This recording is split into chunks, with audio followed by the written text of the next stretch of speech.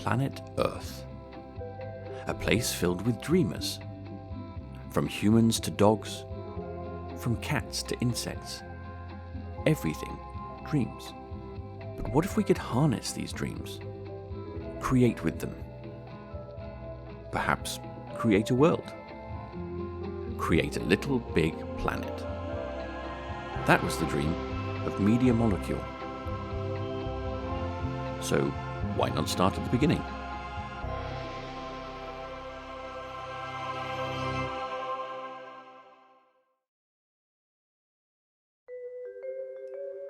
Our story begins at a little studio called Media Molecule. Not here.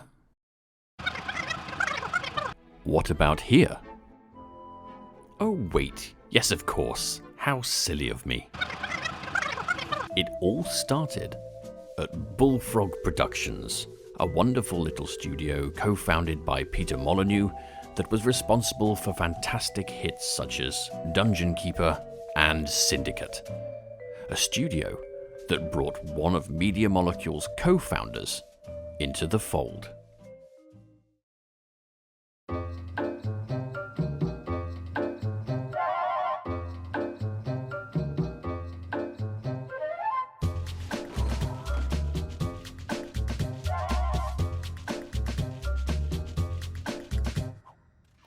My name's Alex Evans is my full name, and I was one of the co-founders of Media Molecule. And so I was 15 playing Syndicate. I was at my friend's house and he said, I bet you can't get a job at Bullfrog. And I was already into programming, so I was like programming my own little games, and I was starting to get into the demo scene, which is it's like game programming applied to music videos. I rang up and I lied, and I said I was studying games for GCSEs, I guess. They went, okay, come in for a summer job interview then. At Bullfrog, I met Mark Healy, who was working as the art director of Dungeon Keeper, which is a game, a classic.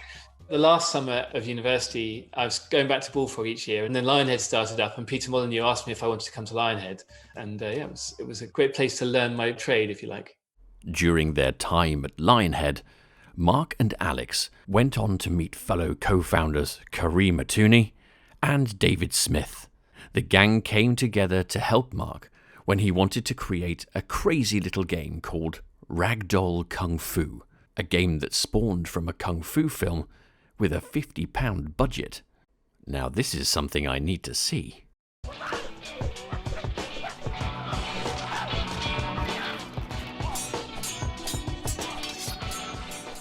I was quite into Kung Fu at the time. I actually studied martial arts, Wing Chun Kung Fu I was doing for quite a few years. I'd watch the occasional film. The more worse the overdubbing and the more ridiculous the kind of rope manoeuvres and that, the better. So I've just found them quite amusing. So it's just like, let's just make a Kung Fu film, because there's a video camera here sitting at Lionhead that I can just borrow. Let's just go and buy a few props and make a stupid Kung Fu film. It got to a point at Lionhead where we were incubating a new project, and I had these ideas for the basis of a sort of an ecosystem, if you like. The programmers were saying, oh, you can't do that. That's impossible. That's too hard. That's too ambitious. And I'm like, what? I could do that on a Commodore 64. What are you talking about? So I sort of thought, well, I'm going to annoy them, and I'm just going to make it myself. I'm just going to learn the language of the day, which was C++. And I actually made a little prototype for this thing. That was my original intention. But then I was like, oh, I'm back into programming a bit now, so let's do something else. And I think I'd started making like a Street Fighter type game, actually, just because I thought that would be quite simple. And then I did this movie with my friends, and then I sort of put two and two together. I was like, oh, maybe I'll use those as cutscenes in this little project that I'm doing, and blah, blah, blah. The Ragdoll Kung Fu thing that I mentioned had sort of just finished, essentially. I got that out the door. It became the first ever third-party game on Steam, actually. That's a little claim to fame I have. I made the first game on Steam that wasn't made by Valve, if you know what I mean. Part of me actually doing that was I had to get some help from Dave and Alex, who are much better programmers than me, more technical. So they helped me do all the last little bits of that, and Dave in particular did a lot of the online play side of it. One of the aspects that was successful in Ragdoll Kung Fu, in terms of like it was popular with the people that played it. I mean, it wasn't a massive game, but those that did play it, they really loved the fact that you could make your own characters. You could even import photos and just build your own daft character, you know? That was me waking up to the concept of user-created content. It was like, oh, that's really cool, that's really popular. I gave him some physics codes that did sort of floppy ropes originally. And he's like, no, I'm going to do the characters out of this. And so Ragdoll Kung Fu was born. And he was just doing it sort of as a hobby project that Peter had sort of given his blessing to. We were slaving away on another project at the time. But what we didn't realize, we were forming the bonds of how to do a startup. So it was me, Mark, Dave, Kareem, all working on it. And then I sort of got a plane ride to America, to Seattle with Peter one time to pitch our Lionhead project to Microsoft. And I sat on a plane for 8 hours next to Peter, and I don't keep secrets. So I was like, Peter, I have to tell you, I'm thinking of quitting. I thought he'd get really cross, and he was. He was like, where the hell are you going? Don't go to Valve. I said, oh, no, it's not to go to Valve, it's to do a startup. He went, oh, amazing, startups. Yeah, let me give you lots of advice. So he spent the whole 8 hours giving me advice about how to do a startup game company, and his blessing, effectively. He was actually the first person to play LittleBigPlanet outside of Media Molecule. And his first words were, it's a bit too ambitious, which I think, coming from Peter Molyneux, is awesome, because it's like, if Peter thinks it's too ambitious, then it's definitely too ambitious, but that's a good thing. Ragdoll Kung Fu went from a fun side project to being one of the first games on Steam, but the energy and the mindset of the developers sparked an idea of establishing their own game company. When I went to America with Peter, and I said, look, we've just done Ragdoll Kung Fu, as you know, and we're thinking of doing maybe a DS version with Nintendo. I realized I had this 2-hour window in the middle of the day. So I phoned up Nintendo and I said, hello, you've never heard of me, but do you remember that Ragdoll Kung Fu thing Mark's doing? Can I meet you? And I went, oh, brilliant. Yeah, okay, let's meet. So I sneaked out of Microsoft and ran over the few blocks down the road to Nintendo and pitched it. And I said, by the way, we'd quite like to do a startup. I didn't really have anything to show them beyond the fact that, we were Ragdoll Kung Fu. And they basically told us to get out of town. They didn't say no. I think they said, we'll give you some free dev kits. I think they were kind, but like almost in a, yeah, we don't really know what this is, so no. When we got back to England, I told the guys, we've got to go, we've got to quit, we've got to do this. This is amazing. Peter's given me loads of advice. And then Peter actually came into the room and said, I'm really sorry, guys, but you can't quit until Christmas. It turns out the reason why was that he was preparing a company to be sold to Microsoft. But we didn't know that because, we all loved Peter and we loved our jobs at Lionhead. And Mark said, right, I'm going to go on holiday and I'm going to think deeply because I love my job. Why would I leave? I'm going to take holiday. I'm going to, soul search. And during that holiday, we all got fired. So I phoned up Mark and I said, I know you're on holiday, but you no longer have a job. Suddenly, the lads at Lionhead were out of a job. But it wasn't all doom and gloom. Mark, Alex, Kareem and Dave went on to found their own little studio and, with it, an opportunity to pitch to one of the biggest publishers around. The main question being, what were they pitching? So suddenly we were all out of a job. They just decided they weren't going to make us stick around. So maybe they'd finalized the deal. I'll never know. But yeah, we basically were out unemployed and suddenly we had to pitch. And I was like, oh, sugar, we have no jobs. But I think the seed of it all came down to Dave Smith, the other technical director.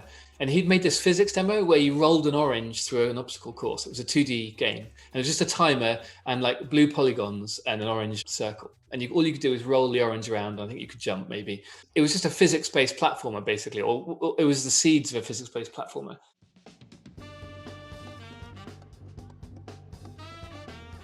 I suppose technically we hadn't made the company yet by the point that I started work on that.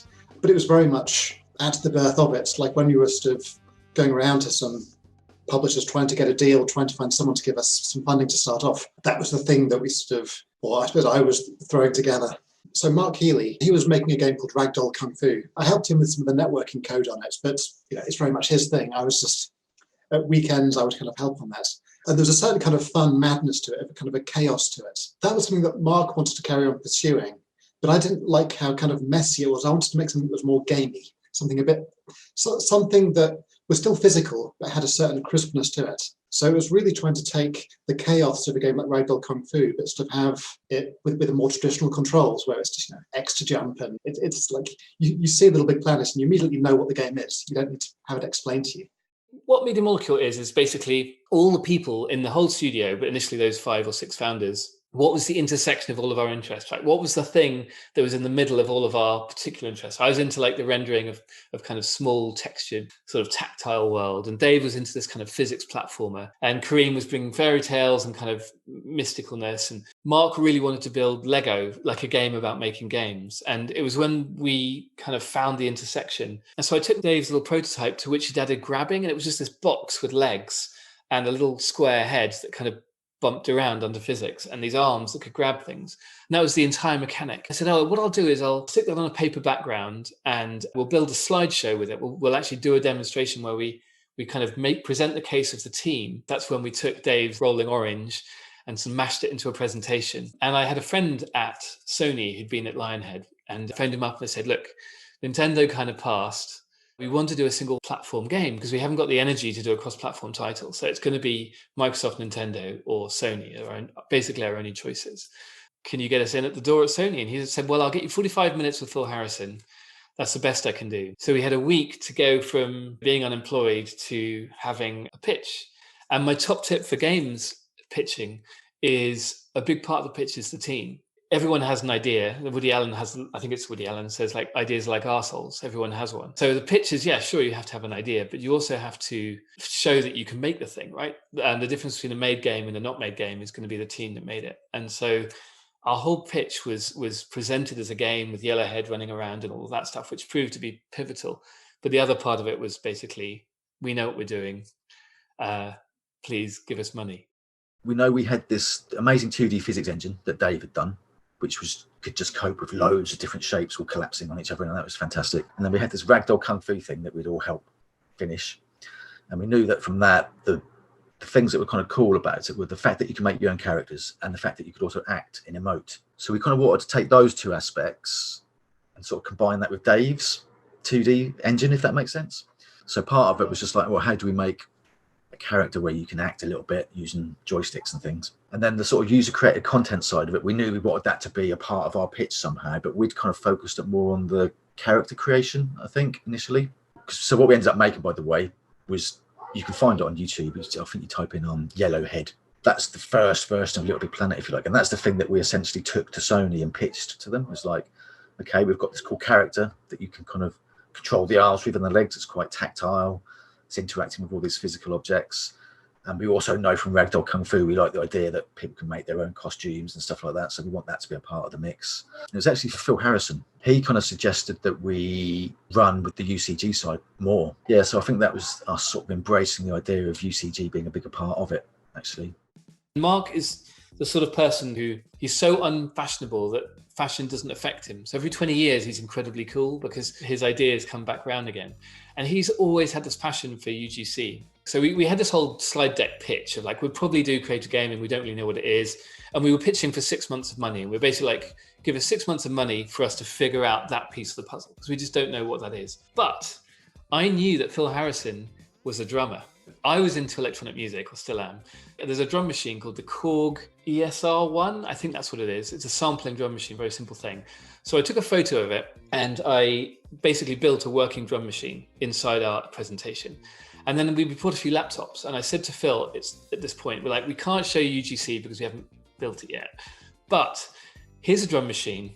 Let's jam together. And so basically he made a beat while I made a beat. And the only synchronization was that the play button was synced over the Wi-Fi. So if you hit play, all the laptops would be playing perfectly in sync. And like 2 or 3 of us, I can't remember, were jamming on this drum machine. At the end of it, we had a laugh and we were like, that's what Create should feel like. So we were able to kind of convey that Create wasn't going to be this techie experience. It wasn't going to be this sidebar, editor mode that 1% of people go into. It was meant to be like this fun, jamming, messing around feeling of being in a band. Yeah, and that got across the idea, even though none of that made it into the final game. He just kind of stood up at the end of it and went, well, I've got to go. But he turned to Michael Denny, who was for a long time my boss at Sony, and said, give them the money, and just walked out. And so we had a very atypical pitching experience. We knew what we wanted. We wanted to go after a single platform holder. And I think we were just in the right place at the right time. We were a great team. Chris Lee, who I've mentioned before, is our finance guy, who gave us a lot of confidence. So he'd sort of have a relationship with Sony. He knew the ins and outs. And so we came out of that meeting elated. And I said to my friend, who was our hookup, Pete Hawley, Pete, thank you so much. It looks like we've sealed the deal. And he said, oh, that's good, because I quit 1 hour before the meeting. So that was lucky that we did it in one, because otherwise we would have been out. With the funding sorted and the pitch successful, the founders entered a state of chaotic creativity. Unfortunately for Media Molecule, they couldn't decorate for long, because with Sony's funding, they now had only 6 months to go from Yellowhead to Sackboy. Look, Sackboy, we finally get to talk about you. Actually, not just yet. Before the team looked to Sackboy, they established the crafty art style. Now, who is the best person to talk about art? Ah yes, the studio's own art director. From the very first prototype Dave did, he made a character that can grab stuff. It was tactile. The word tactile was the first word. And then in that same prototype, Dave was able to build some platforms, and then the platforms physically drop in that world and the character jumps on it. Boom. That was even before we go to Sony to pitch anything. So the natural visuals that fall out of tactile worlds are physical visuals, not esoterical watercolory visuals. You want physicality. So that was the genesis of what became this ethos of a craft world. Other thing that we had under our belt was Alex, our rendering wizard, and he was sitting on top of a lot of clever, realistic rendering ideas. So how cool would it be to have a juxtaposition where you use cinematic, realistic rendering to render materials that look believable and real cardboard and real fabric to suit this physical gameplay sandbox? So from a very early point, we had that realistic rendering, we had that craft physical material, we had this little character that can grab things, and that was the birth of a craft world. So that style of matter-of-fact, found low-budget creativity was juxtaposed with very cutting-edge rendering to make that look sexy. So very, very early on, we had landed on the look. It feels like that was there from the start. Pretty sure that was one of the things that we knew we wanted to do. I mean, we know that we wanted the character to sort of feel like it was in a miniature world as well. So a lot of our initial things were based around coming up with the actual character of Sackboy. Yeah, and I know one of the things that we'd also done before we even made the Yellowhead demo, actually, we went to see a film together. It was actually, I think it was a Studio Ghibli one with the sort of castle on legs. One of the things from that film, for some reason we thought we'd go and see that for inspiration. I don't know what the connection was, but one of the things we sort of talked about a lot after that was just how all of the scenes were very sort of detailed and had lots of stuff going on, and there was like little gems and you could see the textures of stuff like that. So that sort of fed into it a little bit, I think. Hello. We are going to take a look at the character and where he's up to now. We've made quite a few tweaks and changes to him since the last time we saw him. So let's have a look at what we've done and why we've done it.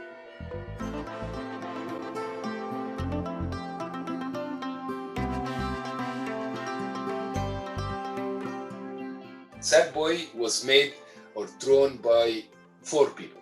Me, Mark, Dave, and Francis. We all knew that we wanted to do a more 3D version of Dave's Yellowhead.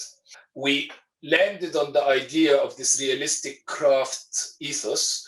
So we were like, okay. And Mark did the very first sketch of Sackling, something made out of sack. And it kind of had a voodoo vibe. Mark is a sort of like creative punk, really, where he comes from the Commodore, doing it all in your bedroom kind of era. So his first drawing was like this kind of like anarchic thing, a bit scary, and it had a zip in it, which was, Mark wanted that zip to represent the creative space where because we wanted to answer a question, where do we create these worlds and then play them? So he had this trippy idea that you go inside yourself. So he had a zip. We never did that, but we kept the zip. Then I drew a response to Mark's drawing. I am more obsessed with anatomy and physical fitness. I like bodies and I like the ergonomics of athleticism. My heroes are like, go way back to sort of Michelangelo Greeks. So I took that puppet and I pinched its limbs, making its limbs more kind of athletic and floppy and can go in that direction. Francis did his drawings, which had the most appealing aesthetic. Because Francis is trained in a Disney kind of vibe, and he did the most appealing shapes. And then Dave came in and did his version, which had a lot of asymmetry. Nothing was symmetrical. The head was more of a trapezium shape with imperfection in it. And he introduced the imperfection. So they've got the imperfection. I got the athleticism. Francis got the appealing proportions. And Mark got the anarchy and the edge.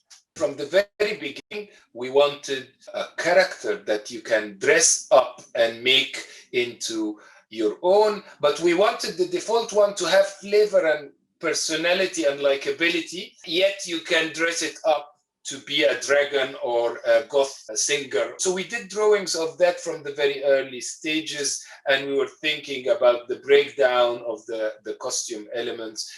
Avatars and costume has been a huge part of video games, but we definitely wanted that from the start.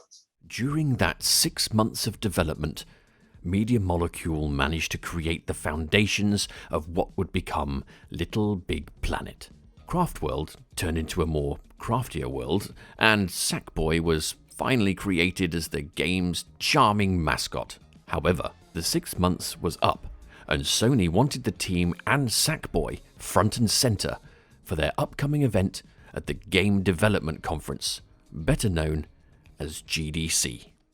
The way it all played out is we did this initial pitch to Sony, and what Sony basically agreed was they'd fund us for 6 months to turn this demo into a bigger demo, something that's more representative of what we actually want to make. What we made in those 6 months was basically what we showed at GDC. You've got to realise for those 6 months, I think we were only like half a dozen, maybe expanding up to double that by the end of the 6 months or something. You know, it was a very low rent office, and it was all a bit low key and we painted the walls, and I made the desks out of kitchen worktops and all this kind of stuff. They suddenly said in February or something, we're going to announce this game big at GDC, but it didn't have a name. And we weren't in contract. We could have walked away from the whole thing or gone to Microsoft or whatever. The lawyers were incredibly nervous because they were like, we're announcing a big game at GDC with a game studio that's not even in contract. So we went, and we knew that like Sony were like, okay, we want to show this in our keynote speech, essentially, which is like, oh, that sounds good. That's cool. Still didn't really sink in what that meant, I don't think, because we arrived at GDC. Now, I remember it was like, this is the space in which you're going to be presenting tomorrow. We opened the doors. And I was both excited and terrified at the same time, because it was like a scene from Lord of the Rings when you've got like Saruman overlooking his horde armies or whatever. There was just all these seats that had been laid out, and I'm like, there's got to be 10,000 seats there. What's going on? It's ridiculous. And then somewhere in the distance, through the fog, you could see the stage, and then on the stage there's all these like life-size props that had been made from our demo, like the tree and the football, and I'm like, God, this is like, what the hell's going on, man? This is like serious shit going on now.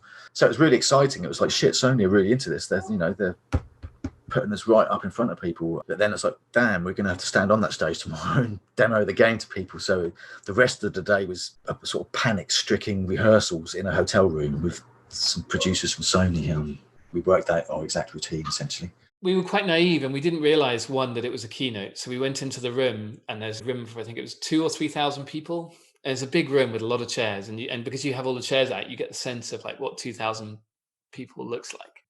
I think that made it real. There's a photo of me somewhere. I think Siobhan has it of me and Chris and her and Mark in front of the big tree, and our minds have been blown basically, because that was when the penny dropped that this was a serious thing, right? This was going to be a game that Sony was going to back. And then actually demoing it, I love showing off. So I had a taste for it. I'm really excited to be here and show you this. It's awesome. On behalf of the whole team as well at Media Molecule, Mark and I want to introduce you to this awesome game. We're very proud of it. So this is all about creativity. Phil's been talking about Game 3.0, and you're the perfect audience, creative people. We're going to show you two things. Basically, how easy it is in this game to make stuff. Today we'll make a level, and then we'll show you how that integrates into a console experience. This isn't about separate, complicated tools. This is about empowering players to make whatever they want to do. I remember on the morning of the press conference, I was sat like in the front row waiting for the press conference to start.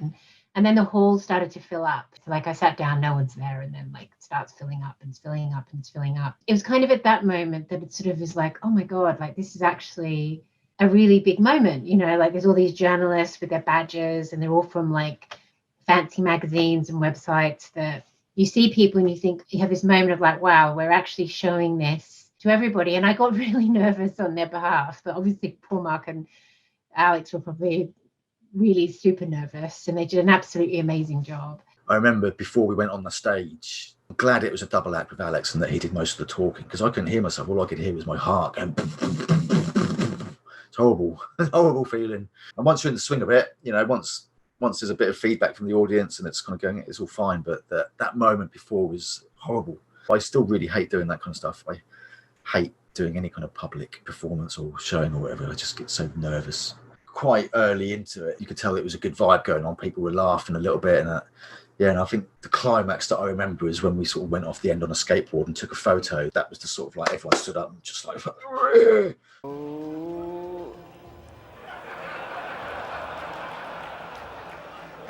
Time for a photo op. There we go. Let's take a photo.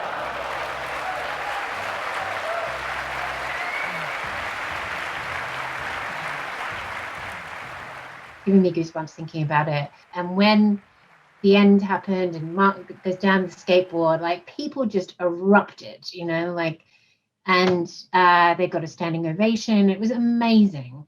Like, honestly, it was just amazing. And meanwhile, back at the studio, everybody was watching it.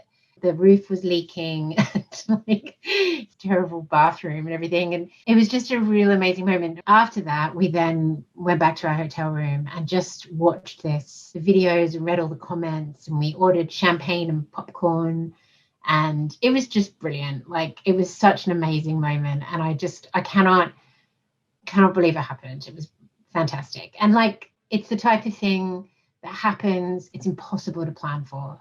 So it really felt like it gave us a moment as to suddenly be known as a studio that was making something interesting. We didn't see it coming, and we didn't see the reaction coming. So it was very, very special. Yeah, and that sort of propelled the rest of the development, really. And yeah, so the GDC demo is basically what we demoed after 6 months. That was Sackboy running around, 8-player multiplayer. In the end, it was 4, but the demo was 8. In that create, the only kind of create you could do was physical.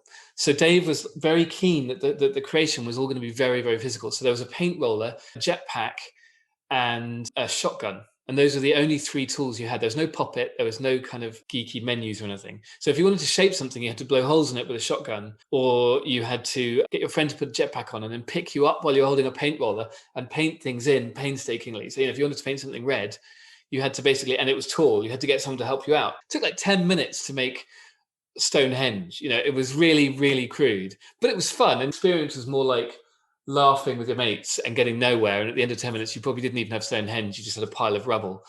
But that was our demo to Sony at the end of the 6 months. And we were like, look, it's really fun. There's a good platformer. We had all the orange stuff and the skateboard and all of that stuff that was in the GDC demo a few months later. But we admitted that we'd made something hilarious, but impossible to create with. And we'd had to cheat and make the level using a PC-based tool. And we said, look, the thing we've got to do between now and ship is make it so that we don't cheat and that we can make this level to this quality and the whole game to quality inside a PlayStation. So that became our mantra of like, no cheats, no more PC. Speaking of making levels, what does UGC even mean? It stands for User Generated Content. And it essentially allows anyone, even your gran if she desired, to create their own worlds and levels. This aspect of creation is what Media Molecule had to nail down, and with their desire to create any level inside the game, they had a big job ahead of them. Yeah, the create tools were the thing that we had to innovate on and iterate on a lot. One of the things we discovered was that constraints can be good. I know that sounds ridiculous and trite and obvious, but the game was 2D, but you had this infinite depth and you could make objects as deep as you liked, and you could put them on any depth. There was no layering system. We built a lot of the levels like that, but there was a lot of like complexity with the camera zooming in and out and trying to make it work. And at some point, I think it was Mark, basically said, okay, we're going to go to 3 layers with thin layers in between. I think that thin layers was an addition that Dave did. But, it's very collaborative. But point is that we took this really awkward moment to strip it down and say, look, only 3 layers. And in fact, there are hacks and glitches in the game that allow you to kind of uncover the fact that there are more layers than that, because the engine was built for any number of layers. Yeah, by adding that constraint, the quality of the levels went through the roof. And suddenly we were like, oh, wow, not only did the level quality go up, but it's actually easier to build. So to speak to your question of like, how do you build a good level? And we were struggling ourselves to build good levels because we had no constraints. Or if you look at something like Mario Maker, it's on a grid more or less. And that constraint kind of increases the accessibility, but interestingly increases the quality as well. So it's actually, the more you constrain it, the more you make everything look the same to some extent, but also the more you can improve the quality and the feedback and the sense of excitement when you're making. Another example is that Poppet, which is the little user interface. I think it made the game much less fun. That initial demo to Sony with purely physical tools, everyone in the room was laughing in a way that's not the same as when you're making a LittleBigPlanet level and you're in the zone. You're vertex editing and you're kind of selecting objects and moving them around and cloning them and stuff. It doesn't have the same hilarity, but we realized there was a ceiling and we needed to go beyond that ceiling of quality. So we just went around and around and around. And the point is that none of this did we know whether or not people would use it. Like what percentage of people would actually be able to use these tools? We had no idea. We just were trying to make the best possible thing for us to use, to eat our own dog food is the expression. How well could we make levels? How quickly could we make levels? Yeah, so for a long time, we did try and keep it purely physical. So we actually had level designers making levels that were just purely physical. But the thing is, you'd get a situation where it's like, well, we want it so that when you stand on this button, this door slides open. And the realities of making that physical were just a nightmare. It would always involve some lever that goes off 6 miles over there and then comes back again and blah, blah, blah. And it was just kind of ridiculous in a way, because it's like, well, we just want to better say, make that door slide up, It kind of came in stages, really. First thing that we decided we needed was the concept of buttons and pistons. So that's kind of still physical. We still kept it physical. It's like, well, it's a physical button and it's a piston, which is something you can imagine in the real world. And LittleBigPlanet 1 kind of did mostly stick to that more physical analogy, I think, really.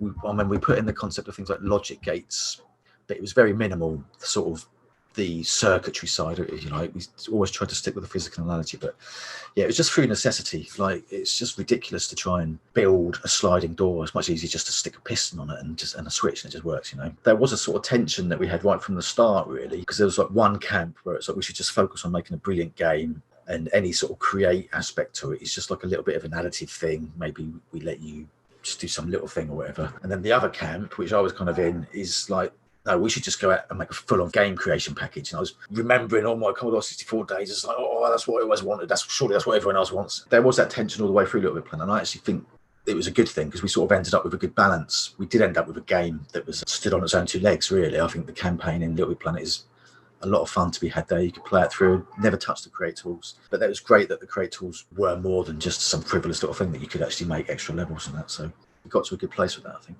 And it's just a question of how fun you make the process. There will be someone out there who can make a Taj Mahal out of individual potato sticks or something.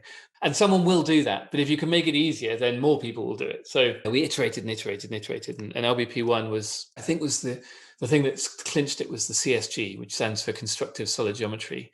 And it was that idea that instead of shotgunning things, we'd already built the tech that would blow a circle, a bit like worms or something, like you can blow holes and things. But the technology to do that actually let us combine shapes in any way you like. And someone, probably Dave, was like, I think we should just make this directly accessible to people. That was the sort of key to making shapes quickly. And we carried that all the way through to Dreams on PlayStation 4.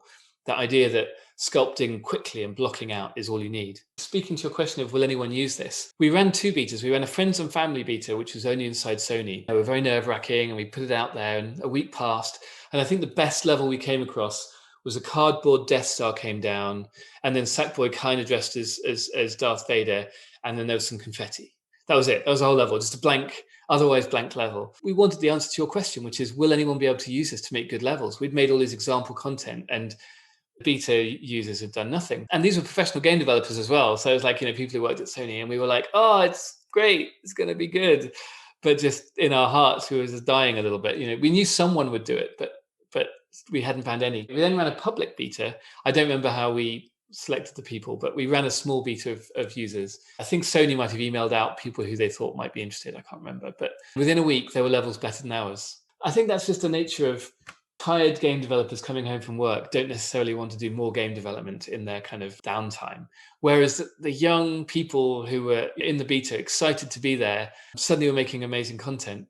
And we were like, oh, thank God, everything's okay. The beta actually got released 24 hours early before we expected to. So we weren't even ready. And someone was like, someone's downloading it, someone's playing it. And this was before Twitter, I think. So there was no sort of social media to build the hype. It was just suddenly our servers pinged up and said, one person logged in. And we're like, what? Someone's logged in. And it was a magical moment. And then the final release. And it was just madness from there. Madness is certainly a way to put it. We always hear stories of what it's like leading up to the launch of a game, and it does sound bloody mad. With LittleBigPlanet, launch wasn't just about releasing a stable game, but also about witnessing the chaotic creativity of their community. On the 17th of October 2008, LittleBigPlanet was delayed and recalled from retailers due to a complaint from one of the songs in the game being potentially offensive. Despite the setbacks, the game was shipped out to retailers once more with a brand new release of the 27th of October. I wouldn't say it was negatively overwhelming. It was really exciting. It definitely at times got stressful. It was a really, really exciting time because there was a lot of positive momentum, a lot of tailwind. We had it didn't feel like we were fighting for survival.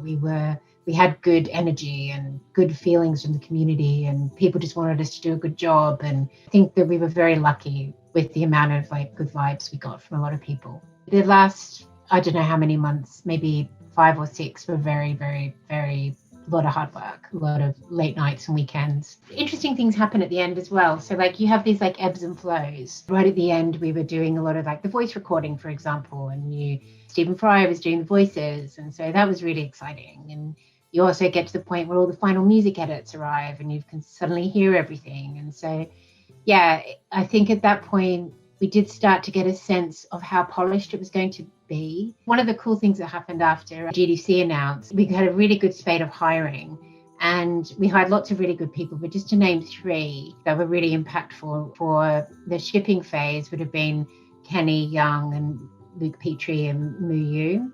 And the reason why they were particularly important was Kenny was our lead audio, but actually what Kenny is also is an incredibly brilliant narrative director, I would say. He's just a really good storyteller. He's very talented at many things. But so one of the things that we would sort of spend a lot of time doing around that stage was things like the onboarding to LBP and just really ironing out that intro, and Rex would be off making the actual intro movie, and that was really cool. And so, as exhausted as you are at the end, you also have these moments where lots of the things that you've been working on for a long time start to arrive and manifest, and they were all amazing. So you just get this, big boost of energy from those. So shipping it was hard because it was big, and there was a lot of stresses to do with just fixing the bugs, finding the bugs, getting people to stop making changes. One bug that I remember being really, really difficult to find right at the very end, and you never want a difficult to find bug. So bugs that happen a lot are the best, because if they happen a lot, you make it happen, you squash it, job done. The worst bug is the one which happens incredibly rarely. And we only had a week to go, I think, until gold. Suddenly we got a report from Japan that the game was crashing at 2 a.m. when they left the game on. It's called a soak test. Can the game stay on? Leave your PlayStation unattended for a few hours. Will it survive? And in Japan only, it was crashing. And there was a time difference. So we'd come in the morning, we'd get the report, and then we'd say, well, what's special about your PlayStation? And then we'd wait 24 hours and we'd get another report that still crashed, but they had iToy plugged in. So we plugged an iToy in. Didn't happen on ours all day. So we send them a message for that night saying, okay, what else can you tell us about it? And they said, it's always 2 a.m. when it crashes. And days are passing, right? And gold is getting closer and closer. And Siobhan was like, guys, we really have to fix this, right? And we'd realized by this point that you had to have the iToy plugged in. It had to be set to be your microphone. We were starting to suspect certain bits of code, but we still couldn't nail it down. Eventually they said, look, it happens when the cleaners come in. We got a Hoover and we put the Hoover next to the iToy. And sure enough, after about 20 minutes, the game crashed.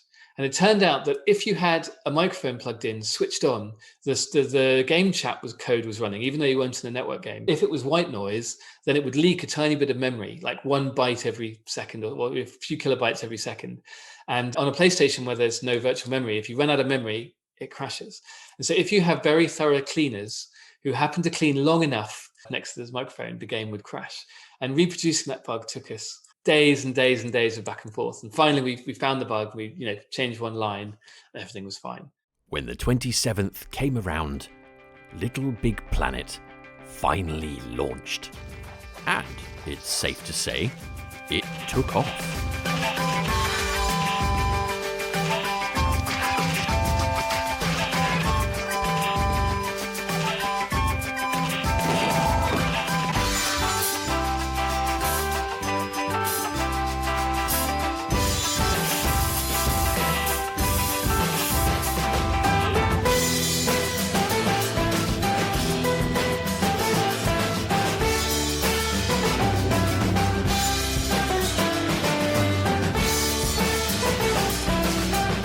The popularity of Sackboy and his many, many adventures of surviving sharks and creating worlds led to the series blowing up. Well, not literally, well, sometimes. The series even spawned dozens of spin-offs, ports, and sequels. Look at this one. It has karting. Oh, and you can play this one on the go. Oh, and who could forget? Whoops. Sorry. How did that get there?